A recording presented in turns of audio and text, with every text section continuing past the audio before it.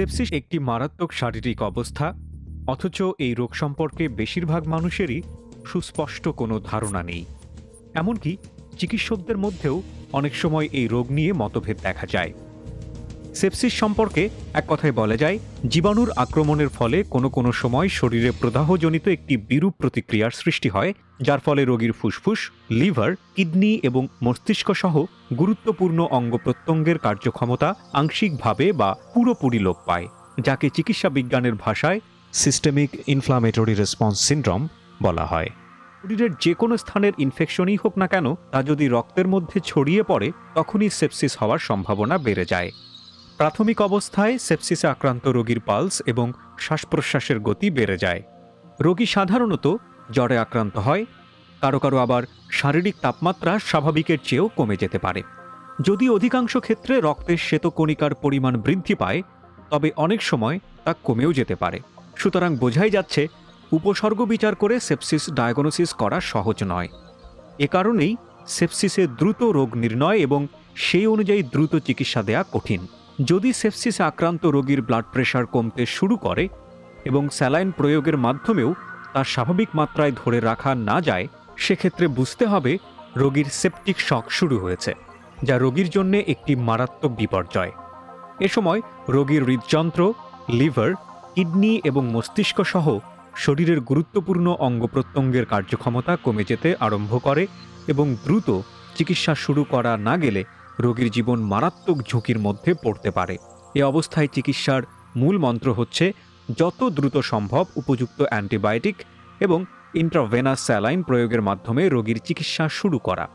রোগী যদি নিজ থেকে শ্বাস প্রশ্বাস চালু রাখতে ব্যর্থ হয়, তাহলে তাকে হাসপাতালের আইসিইউ বা নিবিড় পরিচর্যা কেন্দ্রে নিয়ে অ্যাসিস্টেড ভেন্টিলেশন অথবা স্বয়ংক্রিয় কৃত্রিম শ্বাস প্রশ্বাস প্রক্রিয়ার আওতাধীন রাখতে হবে।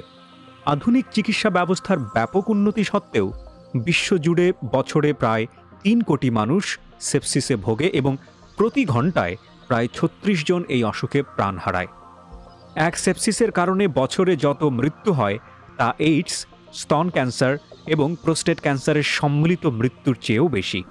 গত কয়েক বছরের পরিসংখ্যানে দেখা গেছে, সেপসিসের কারণে হাসপাতালে ভর্তি হওয়া রোগীর সংখ্যা আগের চেয়ে প্রায় 10 গুণ বেড়ে গেছে।